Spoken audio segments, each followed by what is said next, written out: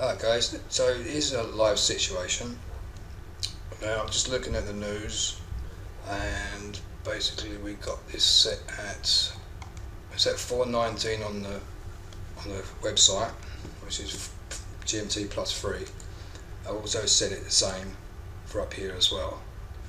Alright, now for those of you that are doubting that this is not a live account, it's a live account. It's just, I don't want to show a number. Hang on. So you can just see live in the top corner, right? Okay. So let's get that back where it was. Now, I've got a Euro trade open at the moment as well, so I'll show you guys in a moment for a screenshot. And that's off the 4 hour time frame. Now I actually want to go into this one, so I'm just going to do a small trade. I told you I was going to put 500 in, right? So this is my money management for 500. Okay. Now some people are kind of a little bit confused on what a redistribution is, or a new accumulation after a reaccumulation. So essentially what you have, or what variations that you can have, is as the price marks down like it does here, right? You've got your redistribution here. This isn't a redistribution. This is a redistribution. Tends to go sideways, which we call accumulation. Right? That's newbie talk. Right? So, anyways, once it hits the bottom, you'll see a lot of pin lows down here. Now, this is testing previous demand. Right? To see if there's enough area of interest there for it to keep on going lower, because we had a huge push down. Now, I normally tell my members not to follow the light, i.e. all the bells and whistles like in the casinos, pokies and stuff like that, because generally what happened, the market will pull back away and you've walked off and gone to bed or whatever, and then the market's come back the other way and screws you over. So anyways, so this is the selling climax. Alright, this is the PSY. Okay, this here I believe is, okay, so the selling climax AR, it's a retest. Then we've got a sign of weakness. Now this sign of weakness also acts as an area that can be used as the spring, but this would be classed as the spring because it's the last part of the move upwards, and it should be in phase D. And phase D is generally the area in which you want to start getting ready to put your orders in. Alright, and I normally take my trend line from the top area and bring it straight across, so when it breaks it will come back and retest previous areas. So if we line this up, you'll see it actually does indeed line up with a demand. How can I draw that out? Let's do this instead. So okay, alright, so we've got a bearish frosting line, which was more than 50% of the previous body's growth. That was one, but it's not something that I tend to usually rely on. You know the ones I already rely on, right? Like this one, for instance. That's your demand. You draw it from body open to body close. Why? Because that's where the sentiment is. That's where the orders are currently live. Right? Anything in the wick are basically where people have gone in the wrong way, or they've let go of their trades. People who were in profit have now let go, so now the orders are in favour of the other side. Right? So that's basically what it is. So you're really interested in the body, and plus it gives you a much smaller range for your stop loss if you want to put a stop loss in. Alright, if you want to put your training wheels on and put stop losses in, you can, and just put it below the pivot low. This is the pivot low. Alright, so you've got a lower low here, and then you have a higher low, which is that one there. So that's a pivot. This is a pivot, this is a pivot, this is a pivot, pivot, pivot low. I normally refer to them as a structural low. Alright. Anyways, so what we've got here, I mean, we can even go down. I don't like going down up time frames or even up time frames. Let's try and see if we can prove a point somewhere along the lines here. Here we go. Got to remember that 4 1 hour bars make up the 4 hour time frame bar, right? and then we've got one right here, but it's right on the end of the close of the day. Make sure you get your numbers in right. And just pull that up just a little wee bit to the body, and you can see, if I zoom in a little bit more, you might actually see that I didn't actually get my zone in properly. It's got to be right on the body. Let's zoom in some more.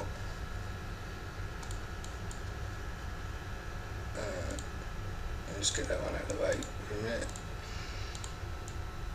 So I'm there, and then a little bit higher on that one. Maybe a little bit more. My eyesight's not as good as it used to be, guys. And then pull that down on the low there. Lock that in place. Now look, see what's happened? It's come back to retest it. So in one of my posts I was talking to, I believe it was Dean, or Gary, one of the two, sorry. And he was asking me about a crypto and what happens when you're in a 375-day accumulation phase. I said, well, generally what will happen, you'll have the spring come in, they'll push out only in the range of what the high and low is being made during the actual schematic, in this case the accumulation schematic. So we take it from there to there, which is about 59 pips, right? And this one came down approximately about the same. So let's see where we were. To be fair, that would be the open, so there, so 33. Now I took that from the body, so if I'm going to do that from the body, I'm going to be taking these from the body, and there it is. It's about 36, so it's very close. If we zoom in just a little bit more, we want to not fool anyone, because like these people on YouTube, they use TradingView, right? And the way they're showing their stop loss boxes and stuff like that, it's just not right, because you've got an account for the pip spread as well. My pip spread on this one is 2.2 fluctuating. So when they draw in their boxes, their red box, well, just pretend that's red, and that's their stop loss box. They reckon that by the time it hits there, that's when the order close out. So if they're basically going short and the market's gone the other way, it's then going to put them into the negative when it gets into the stop loss area of the box. So that could be like a 20 pip range, for instance. That's what they're willing to lose. But in fact, what they are losing is that mark of 20 pips there, plus the pip spread. But what they haven't realised is that this 20 pip range should not be 20 pips. It should be 18, because you've got to account for the pip spread. Now in TradingView, it's set to 0 pips. You actually have to manually enter in your desired pip spread, and then the software will figure it out from there. So, for the interest of transparency, we want to measure that from there to there. So it's 2.3. Now I'm well in range of that. So if I put my order, or let's say I did a pending order, right, and I'm watching it. I'll put my pending order right on that line. Because what you find more often than not, when you're seeing a price pull back to retest previous zones, in this case this was a supply, and it was more or less kind of agreed upon, but it also broke that range, which is to let you know that sometime in the near future that this supply is no longer going to hold and it's going to break through. So we had a series of tests, then it breaks through and closes above. Now it's coming back to test the validity of this area of supply and whether this demand is still good enough as a point of interest to buy from. Well, because there was loads of, I wouldn't say rejections, I wouldn't even say failures, because there is no emotions of rejections or failures, because it's all pre-made. Alright? So all it was is saying there's no interest in here at the moment, and obviously there was no interest down the back, so we can take a look in a moment after I finish what I'm saying, and we'll use that as a marker and go back and take a look to see if there's any demand or supply that turned into demand. So when I was saying in the post in Facebook, I said what essentially happens is that you'll have the spring will come out to approximately the value of the range that's created during that accumulation. So that's kind of your range. Alright, approximately, okay? Not bang on perfect, but approximately. So I would suppose if you did that, that was 33 pips, that was 30 pips. So 36 pips, so I would take 3 pips out. So anyways, now I normally would wait for this bar to close, but I haven't done in this case because I know it's going to go up. So we've got the BOJ policy rate coming out and the monetary statement coming out, and this is tentative, this is over the period of the day. Cash rate, Aussie dollar is going to be the same, so that will most likely will keep the Aussie dollar going up, and that will bring the Japanese yen down. We've got some cash rate statements coming out, so that will help support our cause as well. And if not, then later on when the CAD comes out.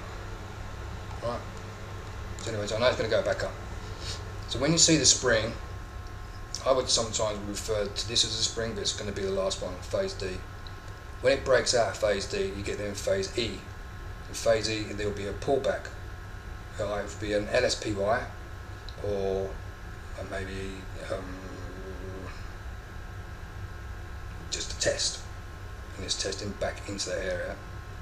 Because what you'll see is that when you draw out your highs and your lows, and you've got market price doing what it does, staying within the range, and then it hits it, and it pulls off, then it will come back and retest it. Somewhere in there will be a supply, and then it will drop. And same thing here. Hit the bottom, might even protrude a little bit lower, come back, then retest the area for demand, and then it'll take off. That distance from there to there is your trading range.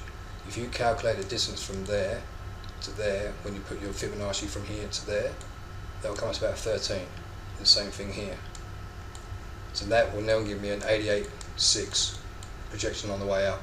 So if that's 1,000 pips, and that's 13, and that's 13, so that's 26 away from 1,000, so that's 740 pips that I'll get from the 88.6 move on the way up. And then once that hit the 88.6, then I can do the 113 on the way down. For that plus those two I've just basically taken off, which is essentially the 1,000, or give or take. So I get 1,000 on the way back. So I've just made 1,700 pips over a period of maybe a month and a half off the 4-hour time frame. Right, so that's how it works. That's what it's done here. It's hit the lows. Now something caused this low to hold, and it's something over here on the left. There was a huge push down and a big push back up again. That created the demand. So later on it's respecting it, and that's pushing it back. So this is what it's doing now, based on my little shit drawing at the top. So alright, so it's come down, hit it, pushed off, come back, hit it. So this could be 0-1, that'd be 1, that'd be 2, extended wave, 3, and then a small pullback, 4, and a push up for 5. Then I wanted to get my Fibonacci numbers out to make sure my measurements are right. Then I want to be looking over here to the back, and I'm looking for supply. Now there's none there that sticks out like a sore thumb on what I'm looking for. So I'll come back over a little bit, and we've got a bunch of areas over here. But if we go back to the 1 hour time frame,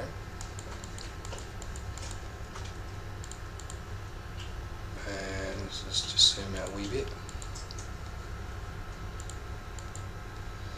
And my drawing was up there, so I said it was going to be around about, oh bugger, I hate when it does that. There's actually a thing that you can do. I said it was going to be around about there. So if I put a marker in approximately there, do I say actually, do I want to be fair? I think that was around about that area, right? I don't know. Just forgive me for that if I'm wrong. My brain didn't kick in quick enough. Right, so I'm looking back, and I already see an area, and it's a tiny one. Right, so now that's turned into supply. It's a tiny supply with a tiny range. Now I'm looking for alternative ones that I may have missed. So that's off the 1 hour, but we were working off the 4 hour now, right? And there's the area that we were looking for, which was right here.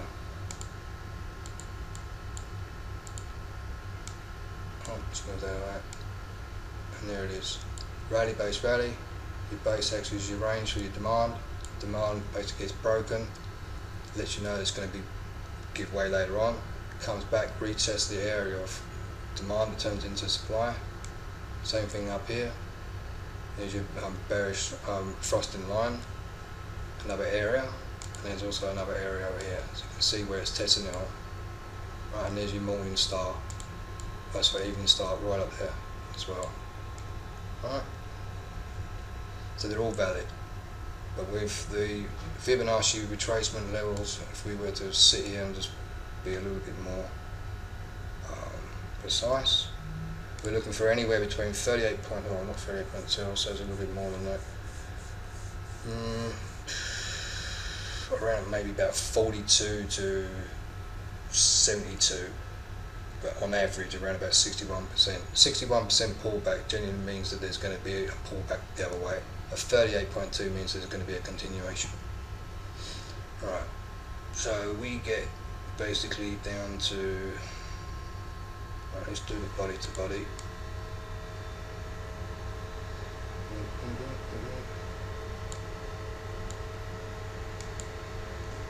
If I turn this back, so it's 38.2, that'd probably be a little bit leaning here. Let's take another look. Let's go to the 1 ounce and see if we can get some better closes.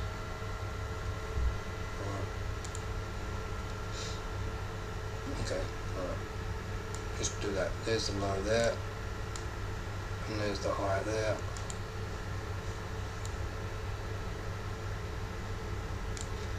Here's the 50. Now somewhere on another time frame, the close comes down to here. It's still valid when you're using Fibonacci's. They're kind of disguising themselves.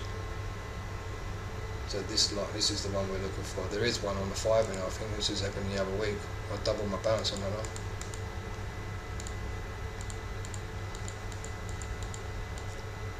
Alright, here's my low. There it is. So it comes down a little bit low, so maybe done it on the 1 minute. Anyway, I'm not going to fuck around with it. Just being approximate for now. Just going to give you a brief overview. I want to hurry this video up before it's going to ruin my bandwidth. Alright. So 0 to 1, 1 to 2, so now I'm looking for a 61% extension. Now let's just do this with the highs and lows for the moment. I've got my 50, let's just call that 50. Then I want 150 on the way up. So there's my 150. So 61.8. Yeah, 61, 161 extension.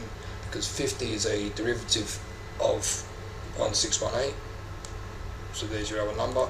That falls in line. That's the reason why the market's going sideways. Then a pullback of anywhere between 23.6 and 38.2. And it's going to be measured from the previous pull down. Now if I'm going to be doing that on the body up there, I'm going to be doing it on the body here. That hits are around about 23.6. So it goes past 13. Yeah, well that's good enough. Whatever, doesn't matter. So I might see a pullback come back a little bit to test this area. This could be the spring, that could be the test, that could be the area to retest into the area of previous demand and supply. You can't actually see that, it's hidden amongst other candles, but there is one right here. It's not the best one, but there it is. So now it's basically telling me that this is going to break at some stage, but I might be going a little bit against myself in a little while. So money management is always good. Alright, let's see if I can do what Michael does in ICT. Yeah, I'll show you how to make a loss. Nah, just kidding. Just because a trade makes a loss in the negative and you haven't closed it out, it's still not a loss. Treat it like a stock trade. Alright?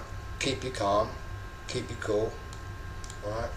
Maybe walk away from the chart for a little bit, get your composure, come back, redo your analysis, like measure twice, trade once. Alright? And what you can do is you can hedge your trade. Alright? So you're going long and you're going short at the same time. But with the hedge trade you do double the amount or whatever you're comfortable with on your lot size. So if I'm going 0.2 long, I'm going to do 0.4 on the way down, so I'm going to be positive to 0.2 lots on the way down. And if I'm say 20 pips in the negative on the way up, then I need basically 20 pips excuse me, on the way down to make a profit. Alright? So 10 pips down at 40, which can give me $40. Alright, got 4 lots, 0.4 lots, because 20 pips going up with 2 lots, 0.2 lots on my trade, that's $40 as well. Alright, so that would bring me back to break even, and then 10 more. So where I'm negative by 10, that's where 20, come down 20, and then I'll be ahead by $20, then you can close them both out and then restart again, or close one out and keep the other one up that's going in the direction according to your analysis. Right, and then the next push up is going to be the 113. So we now got 0, 1, 2, 3, 4, and 5. Right, and there's the 113. When we hit the 113, there's going to be probably, this is a, okay, we've got accumulation, this is a reaccumulation, and this is your spring here. Some people would call that a spring. I guess you could argue to say it is the spring. There's the pullback retest into the spring, and then pushes off again. There's your markup, and there's another redistribution or reaccumulation. Beg pardon. Okay. Now in reaccumulations you don't have a PSY, right? And I don't believe you even have an SC. I think you have. Yeah, you do have an SC. An SC, AR, sign of weakness. So there's the AR, retest, sign of weakness. It's already shown there. So they should be pushing through a little bit more, a little bit later on. But I'm basically 197 minutes too early in getting on this trade. I should have waited until this bar closed. That's not my general practice. So I do what I say, know what I do. As the saying goes. And then what you want to do now is you want to monitor this area. Alright, even up to the 27.2 area. And then that'll either come down 78.6 from that spring.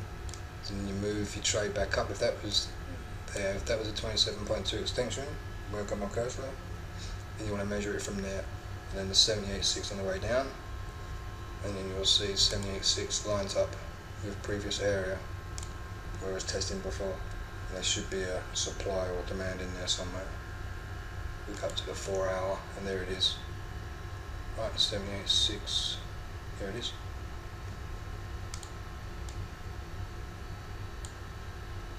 Right, so I can't make this up. They're all there. And these only get used a couple of times, maybe 3 times, especially on higher time frames. They're used basically acknowledged and hit, respected a little bit more, as opposed to smaller time frames. Don't understand me, don't ask me the logic of that, I really don't know. I haven't really thought about it, don't care. But I like to keep to a raw. Higher time frames is always the best one. You've got a little bit more leniency and room for errors, to recoup from them as well. So that's what I reckon. So here we go. Accumulation, reaccumulation, markup, another reaccumulation, have a slight push up again. It could happen in the next 4 hours, it could happen in the next 10 hours, it could happen tomorrow, I don't know. Alright. Now if I fuck up on this trade, or my analysis was too abrupt and rushing it like I think I am, then what I'll do is I'll show you what I do. I'm not going to be one of these people that hides losses. Now I'll tell you something, I don't like closing losses out unless I've hedged the trade. So if you see like a negative in my trade book, it's because I've hedged it with a positive trade. Alright, there it is, just for a show of transparency. Alright, so this one was open at 15:47 and I closed it out the next day at 15:55. So it was open for 24 hours. Right, didn't make much, it was only $100, but that's 25% of my balance, or 20% of my balance. Right. Then I noticed that something went a little bit weird on me, and there's some news that I didn't account for, so that was a boo-boo on my part. So I quickly came in and I did a 0.8. So I had a sell at 0.35, $3.50 a pip. Then I went in to buy again at 8. Take that away from that, gives me almost the same thing in there, so another 20% gain. Alright. So that and that and that and that and that and that was about 50%. Over a period of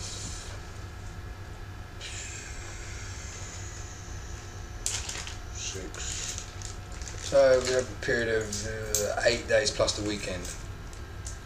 So 6 trading days. It's not bad.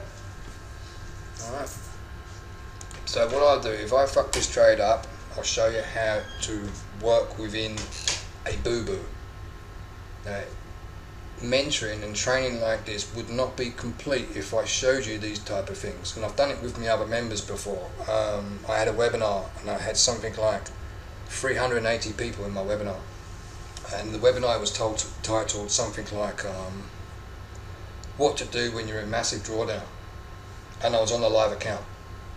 Alright, I think I had something like 27 grand in the account, and I was just randomly just going buy, sell on each of these currency pairs. Alright, I think I did about 6 or 7 trades or something, and not my luck, the trades were going in the right direction, right? When I was doing a non-scripted demonstration.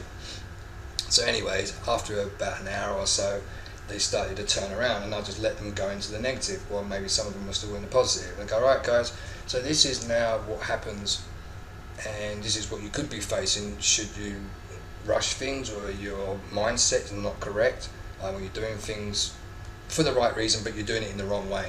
Like, you need to pay your bill, you need to hurry up, you're being pressured to put some money on the table. Don't let that pressure get to you. Take things slowly and take things consistently in small bite-sized lumps. You'll find that these smaller gains will add up over a period of time. So if your bill ain't due until another, say, 10 days, take your time. You know, learn the scope of what you're seeing and go back to the core basics again of what you're being taught. Alright? Because the only way you're going to make an error, guys, is by rushing things or not taking things in consideration. Like, I've rushed this. There's some other steps that I should have done first. One with them, the major one, is to wait until the candle bar closes. Right? Because the last part of the sentiment is in the close. It tells you everything. Okay? Don't say, oh, okay, well, I've got like 32 minutes left, then go down to the 30-minute bar and then get in 2 minutes later. It doesn't work like that. If you're doing your analysis of a 4-hour time frame, stay on the 4-hour, because the whole schematics of the price action is different. Right? It's only different by a minute percent, but it's still different. The time is different and everything else. Right? So stay on the 4-hour, because when you actually put your supply and demand boxes in, like these ones here, the range of them are very, very small. Right? Now this one here is a 12.7 pip range. You can see the number in the middle, 127. It's 127 points. Right? Now some guys, they will show you if, okay, some guys will do this. Let's say hypothetically, now this one here, to zoom in. See this bullish engulfing pattern? Right. So let's find one that's got a better, bigger wick. Let's just do the hypothetical for now, alright? Let's just say if this wick was up here, okay? They will take it from the wick down to the close. Then they'll go, oh, well, this is now going to be my area of margin for loss. 23.4 pips. If you're doing it at 50 bucks a pip, that's 1150 bucks. No thank you, no thank you. And you'll find that most time, more often than not, you'll see that it will go and target somewhere in the middle and put their stop loss just below the middle and take a kind of numbers probability of the middle area not getting hit plus the spread or whatever it is.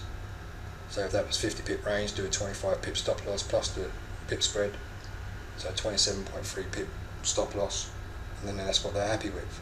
No, you can't play numbers on arbitrary probability numbers. It doesn't work. That's not how the market works. Right, everything's pre-priced in.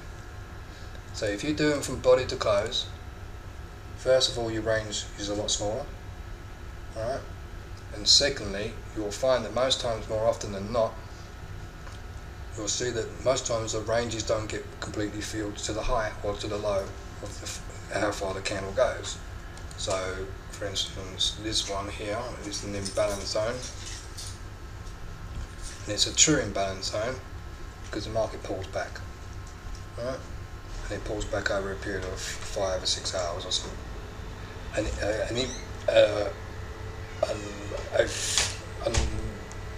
An incomplete imbalance zone is, and the reason why I say it, because there's a two-step part to imbalances.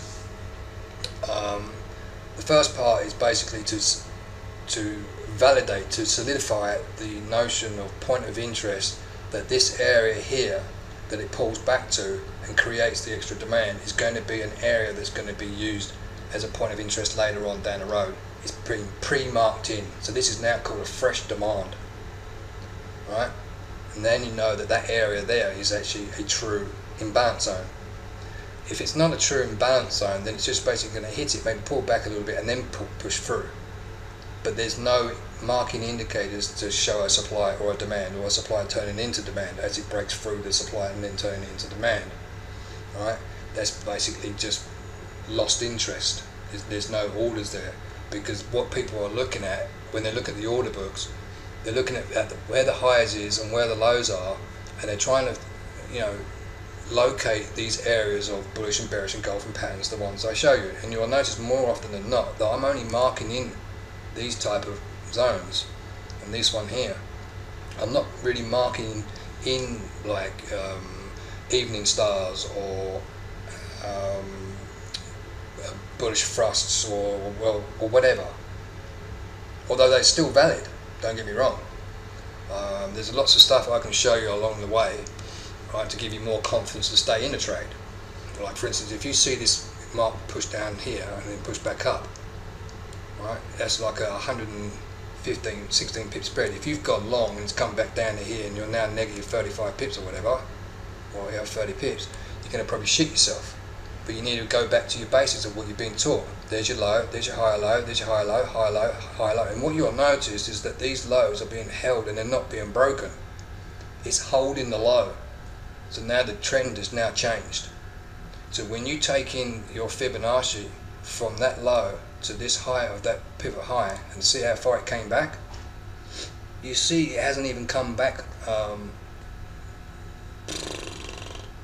Well, it's gone way past the 38.2. So when you start hitting around about 50 to 62 to 72%, that's still an indication of a trend change, right, and change of direction. All right. And now the sequences have changed from a high to a lower high to a lower high to a lower high to a lower high to a lower high to a low to a lower low to now to a higher low to a higher low to a higher low to a higher low, equal higher low, more or less. But it didn't come down low in this one. It's still kind of almost a structural change, but I look at the areas of where the bodies are. Those bodies again are the part of area of sentiment, not the wicks. The wicks are just essentially tests where people are panicked, where people are holding on to their loss or close off a loss or close off at a gain and push the balance of contracts in favour of the other side until the market realises what's going on, and then it fills up that imbalance of the unequal amount of trades going against and going with. That's especially with your broker. Your broker needs to have 100% hedge of its clients. All right. So the market really, when I say the market, I'm talking about the broker. All right. But they're not really brokers, they're dealers. Okay. And I'll put an article out at some stage about the dealers, difference between dealers and brokers. All right. But basically, at the end of the day, I believe dealers are the ones that take on. I believe it's the dealers. My memory escapes me. I'm just saying off the top of my head, but I think it's something like the dealers are the ones that actually take on the full capital risk, where the brokers, the brokers actually send out your orders to other interested parties to fill up that order. All right, and they take a commission off of it. So they're not trading essentially. They're just saying, hey guys, company number 1, company number 2, company 100, whatever. I've got this amount of orders that I need to fill. Are you interested in purchasing any of my contracts? Right, and then he will add his own spread to it, and they get a commission off of it. As well as the dealer, which is your MT4 trading broker, whether that be FXCM or IC Markets or whoever, XS, XNES, whatever they call themselves, whomever, they're dealers because they're using their own money. Right, so that's why there was an incorporation that came in sometime back in the year 2000. I think it was the Dodo Act or whatever. Essentially now they have to say that the brokers need to come in with a minimum of $50,000 before they can actually be an MT4 dealer. They need to have money in there to compensate for the amount of volume that gets traded per day or per hour, and they need to have that money on hand. Okay, If they don't have that money on hand, they're breaking the SEC or the ASIC laws. Alright? Anyway, I'm probably going off a little bit here, off a little tangent, but at the end of the day, A, know your levels, and I'm talking about Fibonacci levels, which we'll get to later on. B, learn your schematics. You might think, oh, Lars, why am I just doing all these, recognising where they are in all hindsight? How do I know it's going to happen in the future? How am I going to recognise it? Well, use your logic. If you already know what a schematic looks like from start to finish, then that's what you're looking for. If you see a low and you think it's going to pull back, and it pulls back again, then you've basically got yourself a PSY. And if it pulls up even further, then you've got yourself a BC. If it pulls back down, you've got yourself an AR in response to the PSY. Then a push back up, but it won't break the BC, it will be just short of it. Right? So that will be your test. And then they'll pull back again, breaking the AR, creating an SOW. Then back up again, creating a test, and then it will probably kind of accumulate, go sideways in an upwards trend. But it was referred to as a bullish compression channel, which is a collection of bullish orders to basically push the market the other way. Alright? And then basically once the SOW comes in, then there will be another big push. Alright, so you've got the SOW, goes up sideways, a big pullback for a test to test the validity of that sign of weakness. If it doesn't break it, it's still valid. If it does break it, it means it's double valid. It's more interest to push it lower at some state. But the second SOW won't come in until the UT or the UTAD comes in, which is really equivalent to wave 5. Alright, okay. So when that comes in, you'll start to see a pullback somewhere in the previous range, but not breaking the SOWs. Then it'll go sideways, creating the LSPYs and the tests, and then there'll be a markdown out of phase D, and in phase D into phase E. It will come back into the area that it created in phase D, find that supply or the demand up there. However, the demand or demand or the supply was actually created, whether it was a broken one turning into a flip from a supply into a demand, or demand into a supply, whatever direction the market's going in at the time. In that E phase, it will come back and test it. So when you've put in your trend lines from the PSYs through across into D, you'll see a push off. Then what you're looking for is a pull back into that area. And we've found the reason. Does the storyline make sense? And it does. It hits it. Alright? So that's how we know. So that our entry will be in here. So this will be like the phase D area, and somewhere here will be the phase E onwards, and then it pushes up and goes sideways. So that's that push there. That's basically your markup. Then the market re-establishes itself because we had a whole cluster of areas of redistribution down here on the left. So it's trying to answer all of those queries and orders over here, because all these upper wicks, that's your liquidity area. Your bullish and bearish and golden patterns are your liquidity area. But these areas here are areas of where people have actually made a loss, or holding on to their losses, or taken out their gains from that area. So that's why it's pushed them out and left the wick up there. So essentially what happens is it's saying, okay, there's a lot of selling area up here, so when we go back up, we'll test it again, boom, test it again, boom, test it again, boom, and the market pulls down. Then we had some lower liquidity area down here, comes in and tests it, but it couldn't get down further enough here. But nonetheless, this area that it pulled down to create the pin low tested the area of the validity of the strength of that supply that turned into demand. It says, okay, this demand's good, there's no more supply there, so that's why it didn't drop, so that's why the market pushed back up, and then it created a re-accumulation. There's your spring, there's your markup, and now we've got a new area of re-accumulation. Now this could actually turn into an accumulation into distribution, like the last phase. Now phases, as I say, also come in cycles. Alright, sorry if I'm going a bit fast for you guys. You'll notice here, look. Alright, if you take a look at my banner on my Facebook group, you will see it does exactly this. Alright, so they're like sine waves, yes? So if you've got an oscilloscope and you've done electronics before, you'll see it'll do something like that based on the frequency. the frequency could be equal the amount of contracts. That's why you don't see an equal one all the time. But if you mess around with that megahertz button and turn it around, it's going to have different values. It's going to go up and down and whatnot. That could be the area of, basically, if I'm just using the example, that's the amount of contracts going in. Right, now there's a site out there you can pay a subscription for, and it will tell you exactly how much contracts are going into one particular pair, or index, right? So whether it's going to be the USD indice or whether it's going to be the Japanese yen indice, because you can trade them on their own. Right, so I'm actually basically saying here that the USD is going to drop and the Japanese yen is going to basically increase in value. That's why the market's going up. But when it gets up to here, we're looking for some good USD news somewhere along here. This will have if this was bad, then it will be good for the USD. So just because that's CAD doesn't mean it's not working with the USD, because the USD is actually the one that's pushing everything. If you look at your area, when we get into positive and negative correlation trading, you'll start to see how these pairs move based on the 6 major pairs. I think there's 6 plus 7, 6, 7, yeah, well 7, alright, whatever. So you've got Euro USD, Pound USD, New Zealand USD, I normally put them together. And then you've got 3 USDs on the other side.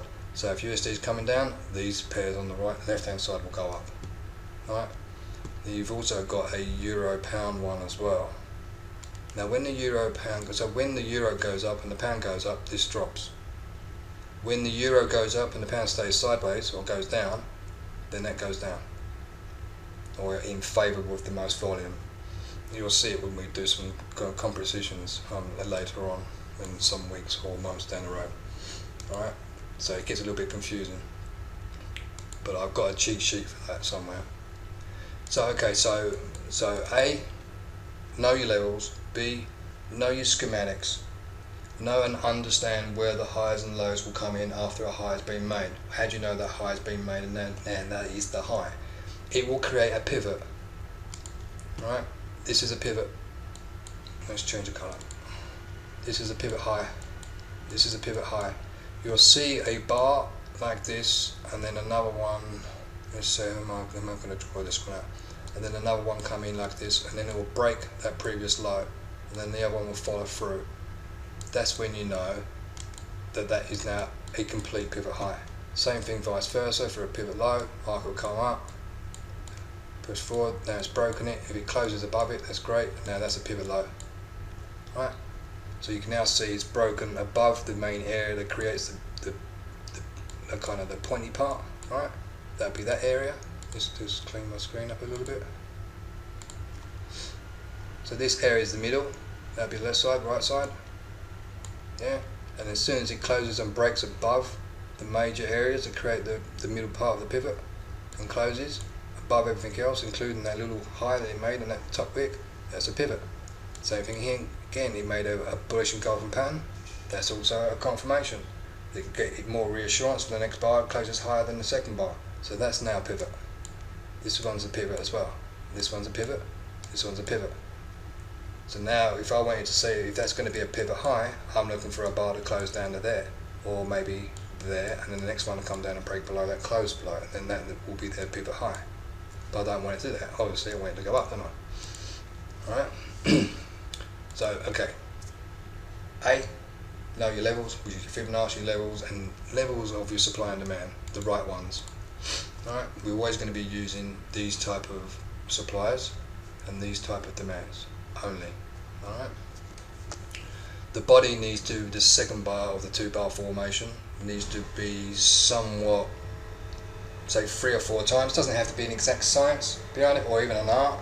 Just need to use common sense. Go, whoa, fuck me, that's, oh, excuse my French, that surpassed this body size by at least 2.5x, 3x. Okay, that's good, that's a nice demand. Basically, because that big push there in the body is your sentiment. Right? That's your point of interest. There's loads of buyers in there, right? Loads of bull guys. Same here, there's loads of sellers here, so there was selling interest. Yeah? Right, cool. So those are 2 areas you're going to be looking at. So those are your levels and Fibonacci levels. So A, your schematics. So B, your levels, demand levels and Fibonacci levels, they need to line up with previous supply and demand based on your reciprocal completion numbers. C, well, it should really be A, basically. Only enter into a trade when your candle time reaches 0 and starts a new candle. Now, if you're on a 4-hour time frame and you go, well, I missed it by 15 minutes. No, don't do that, because that's bad baggage. Alright? You want to get out of this baggage straight away by doing things in a disciplined and methodical and consistent way all the time. You need to train your brain to not rush, to not put your needs ahead of perfection. Very important. If you renege in anywhere along that discipline line, then you might find that you will miss a step that's very important.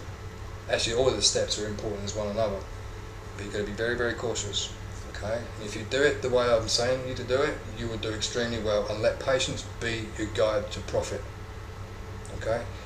Working off the 4-hour time frame, look, the average person is awake. When they wake up, like a professional person doing a 9 to 5, and they have to do an hour commuting there, an hour commuting back, and they're doing, say, like a 9-hour day with an hour lunch and getting paid for 8. So what's that? 11 hours. So there's almost three times that they can come back. You have a tea break for 15 minutes, right? Well, you can check your chart then. You have piss breaks, right? You're supposed to have a piss break every 2 hours, or even walk breaks every 2 hours. If you're working in an office, by law, you have to get up and walk around for about 20 minutes or so.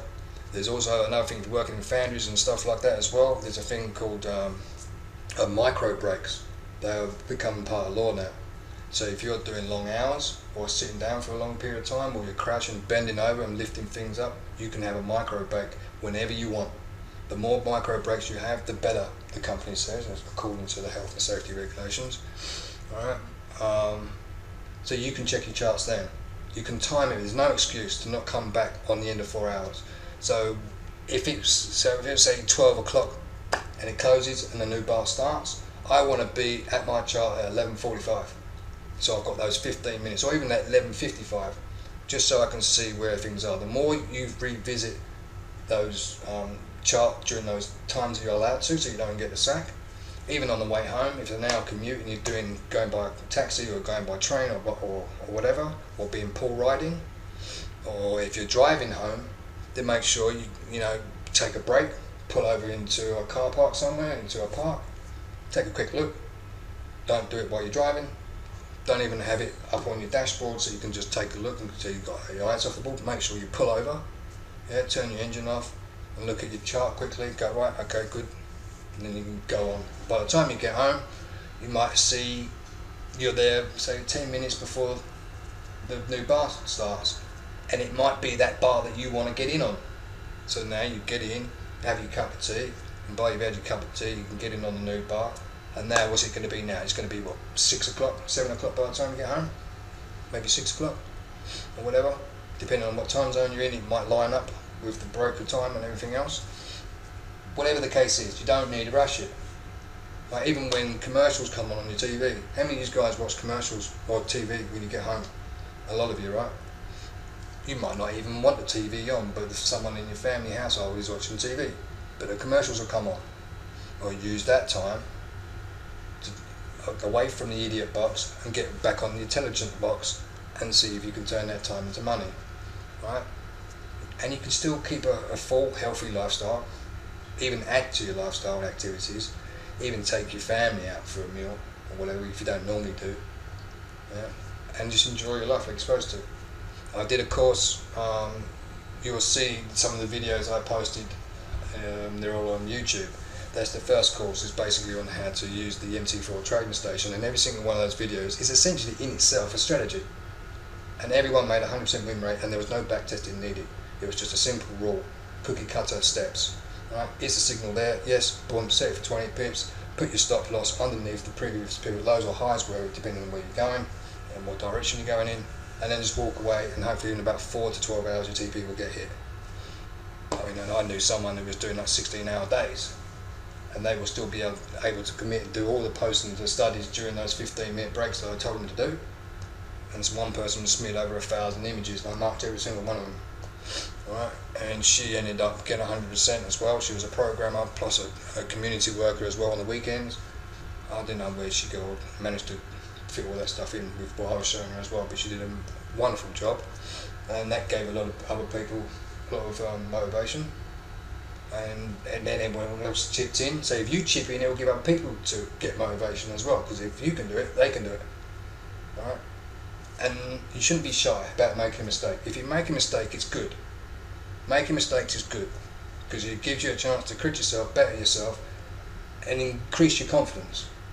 If you're not going to shy away from that, then you're going to remain the same mindset, same timidness, and what have you. Alright? Better yourself. You're never too old to better yourself. I'm always doing personal development on myself, whether it's my tone of voice, or whether it's the word I say, or how abrupt I say it, or the situations that piss me off and I've replied too quickly, or didn't give it a full.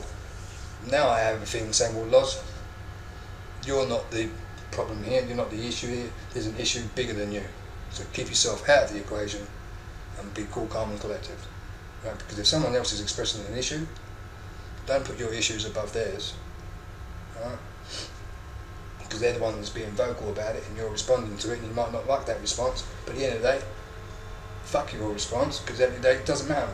It's the other person's response and feeling, like your family or a co-worker or whatever. Even if someone's walking across the street, you know, someone pisses you off walking down the street, just smile at them and say, sorry for interrupting you, have a nice day, and walk on. You'll feel much better for it. Right? Because didn't used to do that. I used to be abrupt and rude. That's part of my personal development. So do things yourself. You can do it in your own time. Same thing as this. Find your own time, come back 15 minutes before the 4-hour bar closes, have your micro breaks, have your morning break, have your lunch break, and have your last hour micro break before you go to work, or go home. And you'll be able to do this. It doesn't take long to do your markups during that whole entire day. And then when you get home, or when you've completed your whole schematics and all your drawings and everything else, go ahead and do something like this. Grab hold of this snip and snatch tool, click on new, take it from one corner down to the bottom. Make sure that you keep in the tab so I can see what pair you're on. Alright? And then save it like 001 USD Japanese yen H1 Wyckoff FB group with Loz, and then .png. Right? And save it into a folder, and you'll come back to it. And if you've noticed that you've made some mistakes, or there's been some advice that's been added to that image, that submission, take it out of that folder and put it into a folder where it says images that need more work, or analysis that need more work.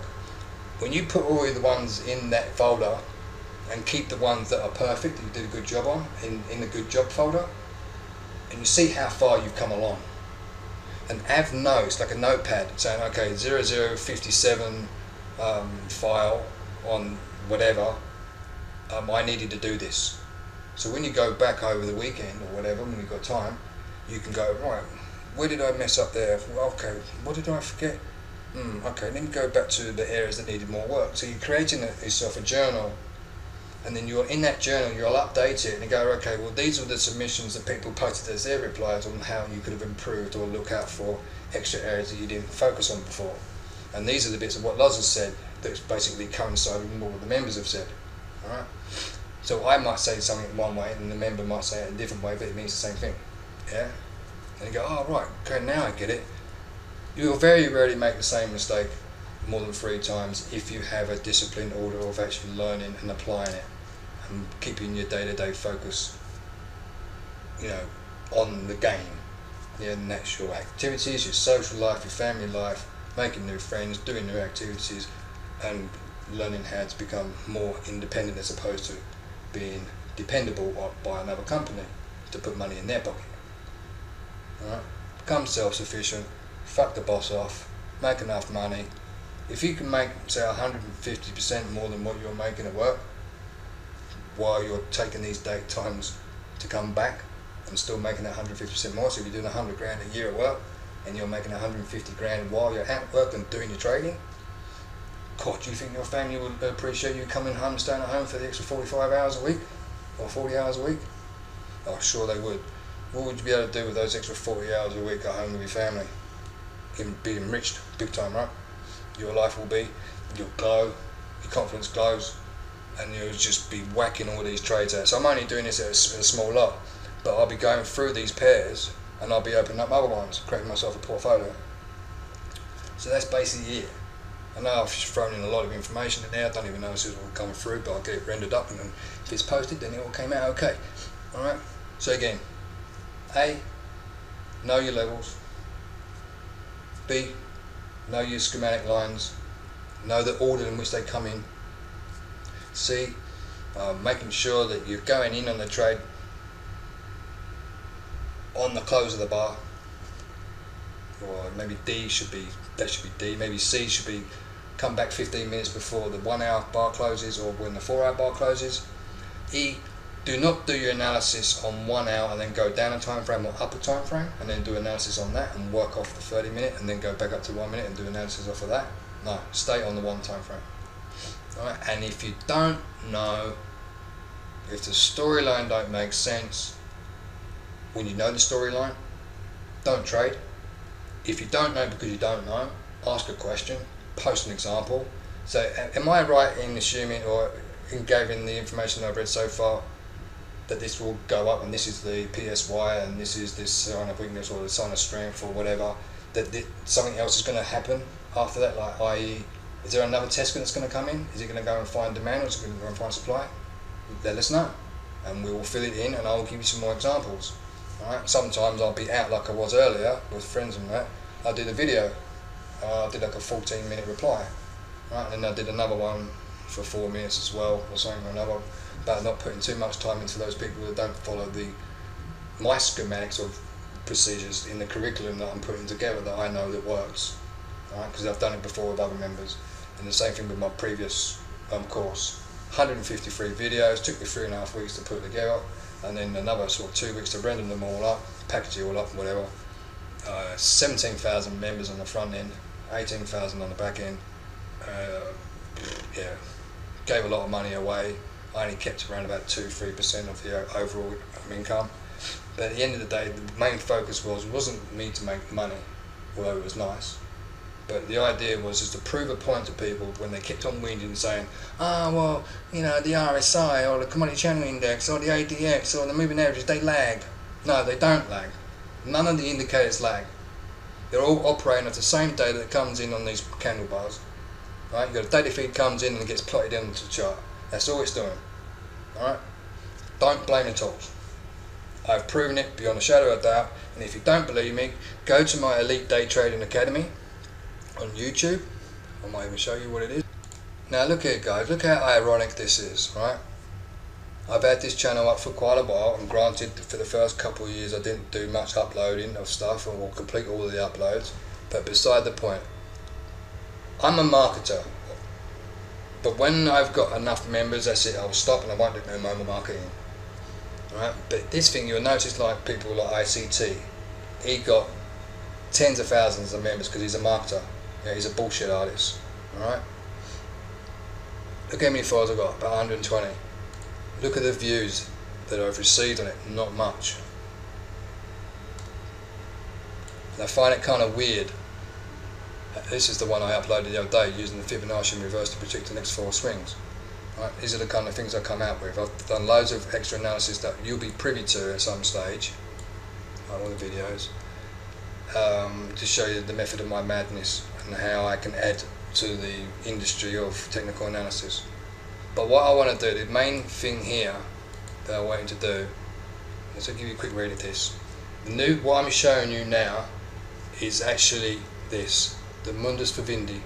So Elite Day Trading Academy offers a powerful, more effective and faster way to learn day trading. It delivers accuracy with laser precision to anyone new or old or without prior experience. They will master the elements of technical analysis using concepts of advanced market price action law theories while harnessing the advanced price action concepts which reveal where the smart money is. This is where we raise the bar in the hope that it becomes the standard way to trade from from this day forward, while forcing the fakers to step up their game or go home, or be exposed as a fraud. Now, when I talk about being exposed as a fraud,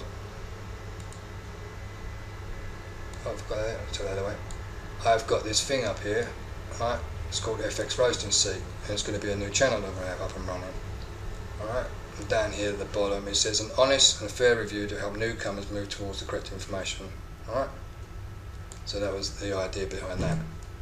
So okay, so we present to you a blueprint, the Mundus Vivendi to fair trading, designed for complete newbies to help them steer clear from harm's way, giving them the tools and a routine to emotionless trading to deliver decision points that put them in the right side of the market every time. There's nothing on the market like it. It's taken over 5 years to create a Boolean mechanical blueprint system as accurate as this, and I'm still not finished. Basically it can be cue cards. So I only got 124 members, 136 videos, only 7,300 views combined. And I had this channel since 2019. Alright? Because I didn't devote myself to it because I wanted to look after my girl. Now all of these videos, guys, if you start from the top in the numbers of they start at, in numerical order, even if you feel that you know this stuff, listen to the words that I'm saying in it, because it's completely different to what anyone else will show you. I found a post that FX Street had actually copied on how to use the freaking the awesome oscillator. Really, here it is here. And they posted the same thing. There's a thing called Twin Peaks. I made that up. I made that analysis up. That's my little add to something on top of it, and I called it Twin Peaks. Right, and Twin Peaks divergence and stuff. And it was already in there. It's a 12-minute video.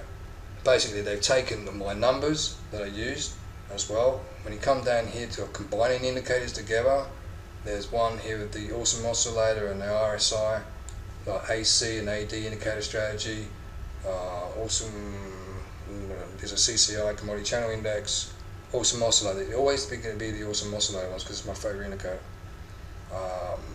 Ikimoku, AC, MACD, moving averages, OSMA, and the RSI. This is the one where I believe they actually taken the rules off of it and posted it up on the TradingView website, but under the FX Street username. Right. Anyways, so as I say, start from start to finish. Everyone who actually took this course over back in 2010 in October when I launched, as I say, and I sold resale rights and master resale rights. So it's gone out to over 500,000 people since 2010. This is what I did to pave the way in the market. And for those people that know how to trade today and using the same methods that I'm showing here, it all came from me. Right, and I knew how to do this back in like early 2000. Right, and I started trading in 91, doing binary trading, and then slowly into Forex after that.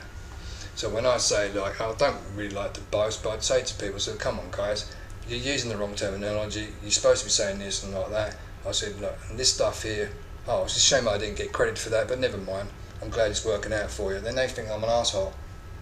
They don't seem to realise I've been in the industry for 33 years, right? Basically a couple of years after it actually came out on the internet, you know, to be able to trade electronically online, right?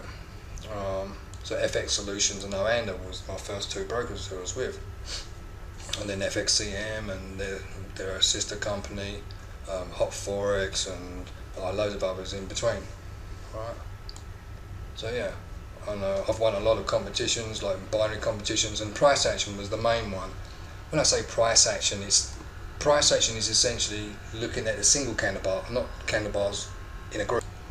Price action is basically saying the underlying development of that candle bar, what makes up that candle.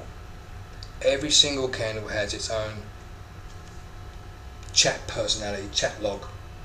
Hey, I'm doing this right now. Hey, I'm doing that right now. You might not even know what this 4-hour bar is comprised of, but I bet you it's going to be full of lower lows, closing below the previous close, and so forth and so on. Each of those, that's what price action is. It's not bullish engulf and pound, it's not bearish engulf and patterns, it's not a rally based rally, it's the underlying development that creates the candle from its high to its low. That's price action. Okay? And everyone else gets it wrong. You ask them, they won't know what it is. They'll think it's bullish comparison, stuff like that. Alright? So that's why I referred to this as advanced market price law theory, or market price action law theory. And I'll be showing that as we go through. So at the end of the day, learn your schematics, get your discipline right, get your money management right, do this on a demo, don't do it on a live account, guys. If you like to trade crypto, fine, but do it in your own time, not in mine, because I don't want to go over to a crypto chart and then putting all of the stuff out. I just want to stay on these. If you're trading these to these, then I can just get on my chart, load it up, about no fuss, because this broker that I'm with doesn't have all of the indices and indexes that I want to trade. But never mind, I'm not going to be having loads of platforms installed and using unwanted hyper space. Alright, so do me a favour, do currencies for now on 1 hour and 4 hour time frames, do your analysis on one time frame only, and I would say if you want to practice what I was talking to you about earlier, having a bit of more lease on life, have your social life intact, or whatever it is you want to do, stay on the 4 hour and then come back 15 minutes prior to that 4 hour bar closing. Don't just use one pair, open several of them up. Alright, open several of them up, and then you'll be able to go through 20 currency pairs over those 15 minutes. If not during those 15 minutes, maybe you can do it the next 4 hours later and finish the rest up and do your schematic markups there. Right, it's no excuse. Right, so when you do come back, you might be able to post one example for the week, or maybe two, or maybe three, or maybe four. Alright, post them all in different individual posts. Put your your descriptions in there, what you believe is what the market is doing. I will come in when I've got some time. If not, someone like Gary or Dean or Giorgiano, who's doing well.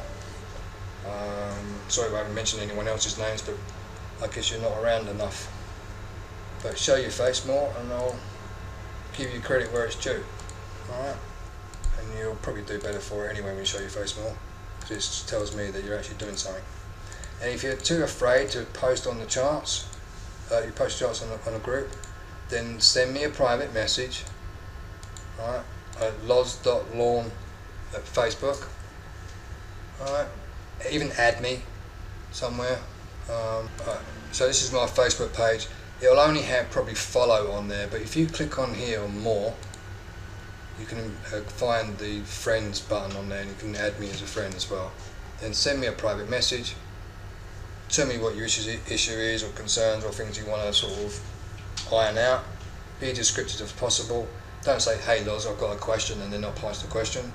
Alright, I'll answer it when I've got enough time, and when you see my answer it'll probably be a big full answer. Alright, but I'll answer all of the questions when I come through, and I'll mentor you privately via a private message, so you do have the confidence to show what it is that you've learned. Alright, and that will help other people be encouraged to send me messages, and then train them up, and they will post on the group, and hopefully at one point we'll all be trading simultaneously wherever we are around the world, and we'll turn the group into basically a I don't know, a forex signal group or a sentiment group or whatever. We've done it before. We were making like 50,000 pips at most, 20,000 pips on average, like every sort of week, every 2 weeks, or every month if we had a slow month, and it was all for free. Alright. Funny. But yeah, and see it?